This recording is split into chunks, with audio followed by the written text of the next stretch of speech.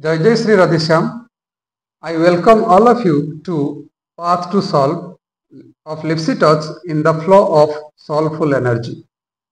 Friends, life is to live, but not to live.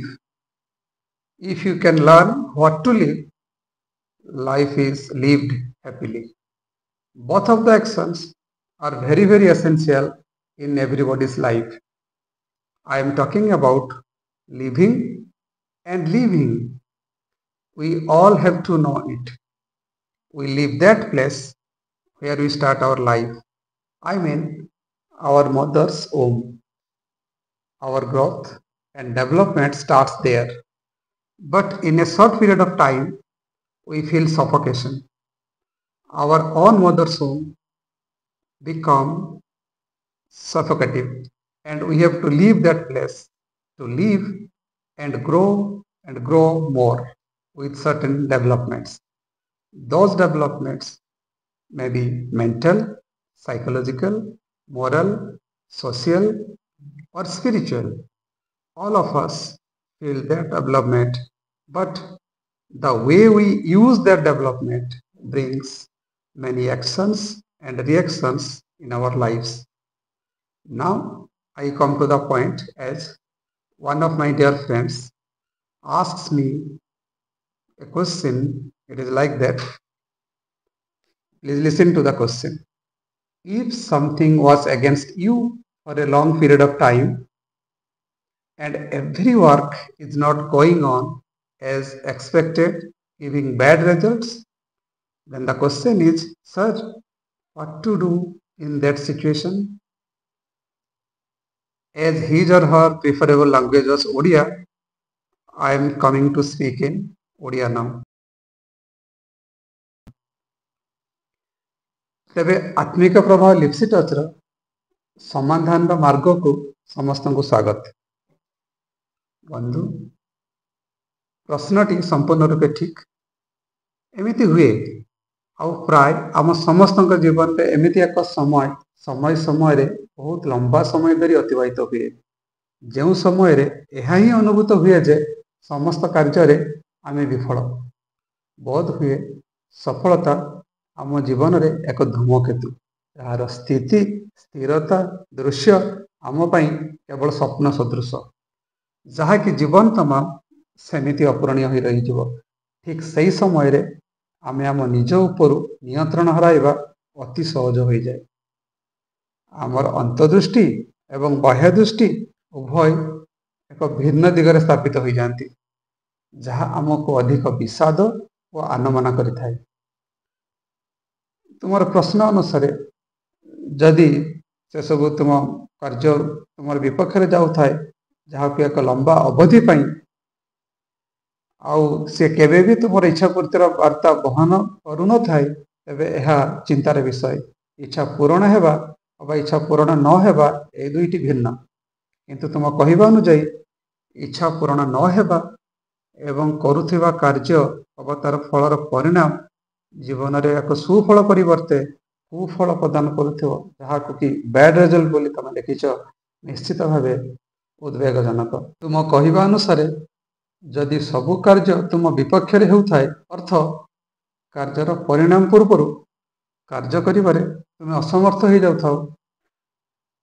ଏହା ସତ୍ୟ ସେତେବେଳେ ହୁଏ ଯେତେବେଳେ ଆମେ ଆମ ନିଜର ସାମର୍ଥ୍ୟ ଓ କରିବାକୁ ଯାଉଥିବା କାର୍ଯ୍ୟର ତାରତମ୍ୟତାକୁ ଉପଲବ୍ଧି ନ କରି ବଳପୂର୍ବକ କିଛି ହାସଲ କରିନେବାର ଆଶା, ଯାହାକି ଏକ୍ସପେକ୍ଟେସନ୍, ଆମ ମନରେ ବାନ୍ଧି ଦେଇଥାଉ। ଆମେ ଏହା ମନେ ରଖିବା ଉଚିତ, କେଉଁ କାର୍ଯ୍ୟରେ ଆମର ନିଜସ୍ୱ ରୁଚି ଅଛି, କେଉଁ କାର୍ଯ୍ୟ ଆମକୁ ଆତ୍ମସନ୍ତୋଷ ପ୍ରଦାନ କରିଥାଏ, କେଉଁ କାର୍ଯ୍ୟ କରୁ କରୁ ଆମେ ମାନସିକ ଶାନ୍ତି ଅବା କାର୍ଯ୍ୟଦକ୍ଷତାର ବୃଦ୍ଧି ଘଟାଉଥାଉ। ଏକଥା ବି ସତ୍ୟ, ପ୍ରତ୍ୟେକଟି କାର୍ଯ୍ୟ ହୋଇପାରେ ଏକ କ୍ରିୟା ଅବା ପ୍ରତିକ୍ରିୟା।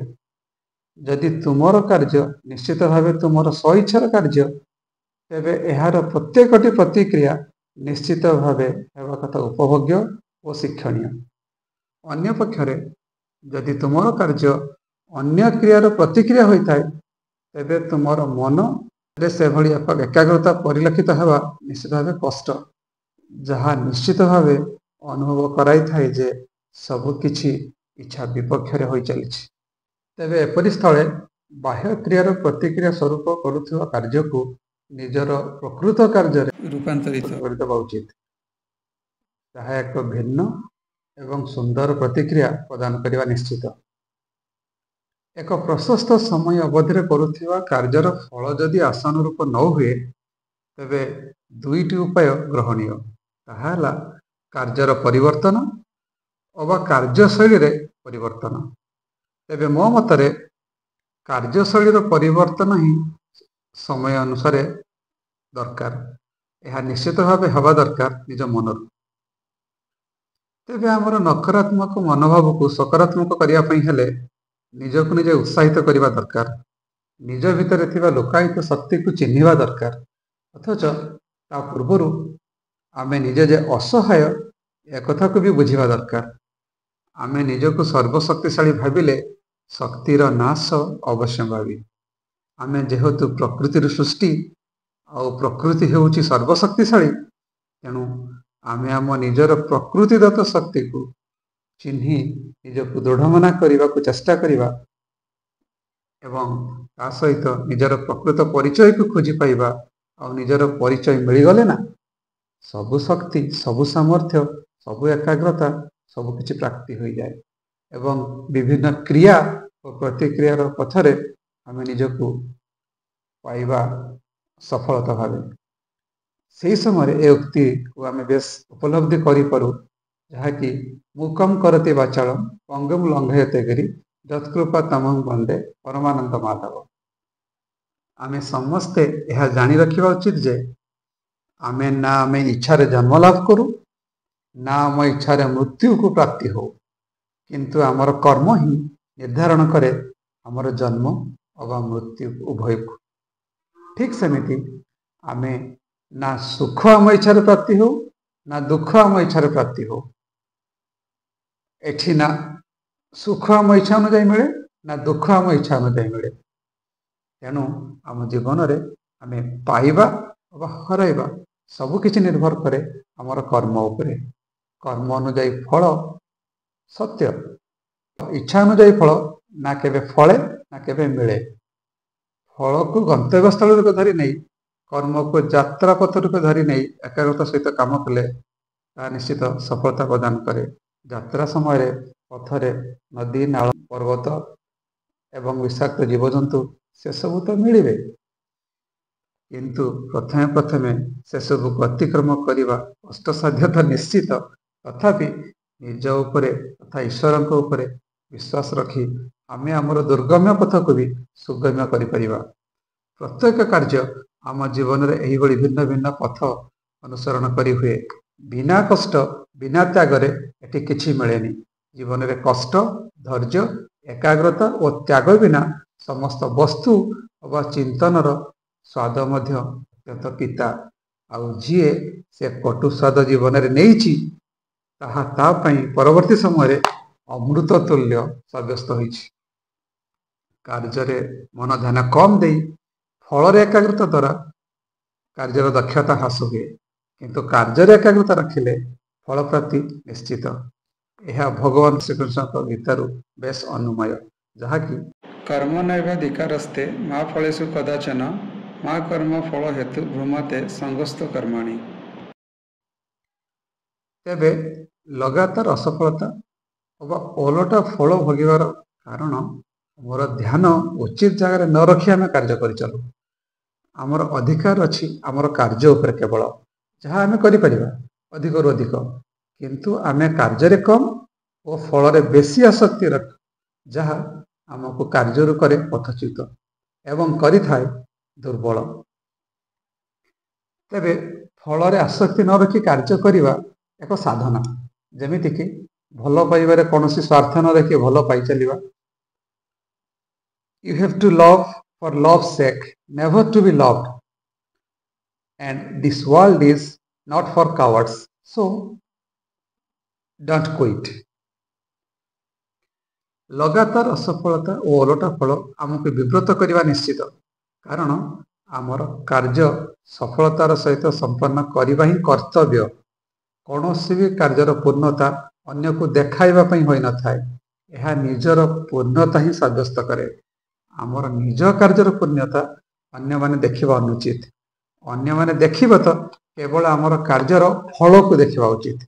किंतु आमे सेतेबेले भूल करि बसु जेतेबेले आमे कोनोसी कार्यर फल निजे न पाउनु अन्य मान को देखाइबा पई अधिक व्यग्र होई पड़ू। ए प्रकार मानसिकता सर्वदा वर्जनीय। तेबे शेषରେ एतिकी कहिबी, चेष्टा जारी रख, सकारात्मक चिंतार बंचिवा शिख, प्रत्येक असफलता को सफलतार माध्यम बना, समस्त नकारात्मक टिप्पणी की मन रखी से समस्त टिप्पणी को सकारात्मक कार्य रूपांतरित कर, समस्त सहित बंची निज भितर जीवा शिख, जहा तुमर नुह से सब को ध्यान कम दियो, ईश्वर विश्वासी हो, फल पछरे न गड़ाई निजर कार्य को स्थिर करी से संपूर्ण रूपे मजी जाओ। कष्ट करि चल, परिश्रम करि चल, सफलता पाइबा पर्यंत कहारी को सुननी, कहारी को दृष्टि दियनी। यदि तुम निजक ठीक बोली भावुच, कहीं भी तुमको भूल बोली प्रमाणित करि परिबे नाही। There are some common sayings in English. Rolling stones gather no moss. Slow and steady wins the race, and God helps those who help themselves. Please try to be among them who are helped by God. सेथिपाई निज उपरे focus कर, निजर कार्यशैली उपरे focus कर।